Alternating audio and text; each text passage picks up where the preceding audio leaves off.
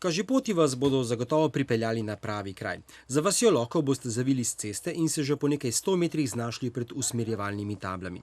Postavili so jih v jamarskem društvu Sežana, ki za Viljenico skrbi polnih 50 let.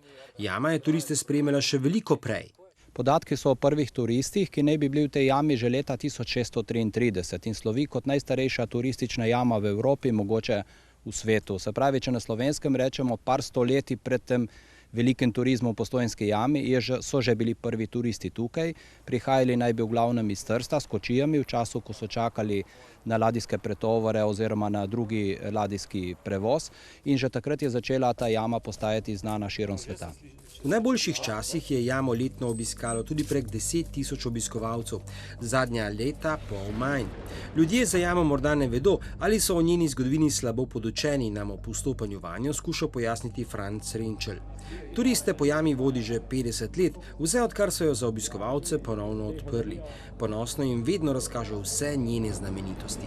Za mene je pa najlepši kapnik je stalagmit v Viljeniški dvorani, spodaj na koncu naše turistične poti, ki je bil do nedavnega, do 7 let nazaj, najvišji kapnik, saj govorili so, najvišji kapnik Evrope. V višino meri 20 metrov in je le eden od velikanov, ki jih v svojih nedeljih skriva Viljenica. Morda še bolj impozanten je stalagmit Maver v tako imenovani plesni dvorani, v kateri vsako leto prirejajo zaključno dejanje literarnega festivala Viljenica.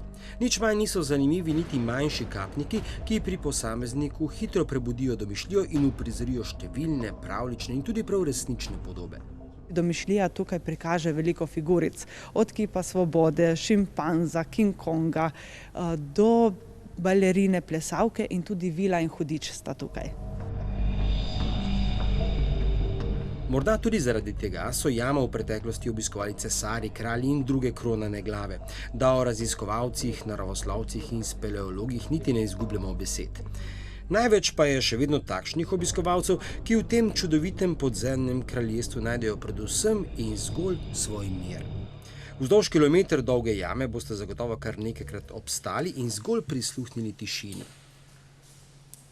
Zdaj se nahajamo v Vilinski dvorani, 72 metrov pod zemljo, 72 metrov od vhoda, kjer smo stopili noter do zdaj. Tukaj se tudi zaključi naša turistična pot, kjer smo nekako po osvetljeni poti prehodili teh 525 stopnic do sem. Istih 525 nas čaka tudi nazaj. Jamo si lahko nenapovedano ogledate ob vikendih in praznikih. Že manjše skupine pa bodo po predhodnem dogovoru sežanski jamarji prav tako radi zapeljali v nedrje kraške zemlje. Čeprav se po velikosti ne more primerjati z Škocjanskimi ali Postojnsko jamo, pa je Viljenica silno zanimiva jama. Predvsem pa je to lahko prijetna osvežitev v teh vročih poletnih dneh.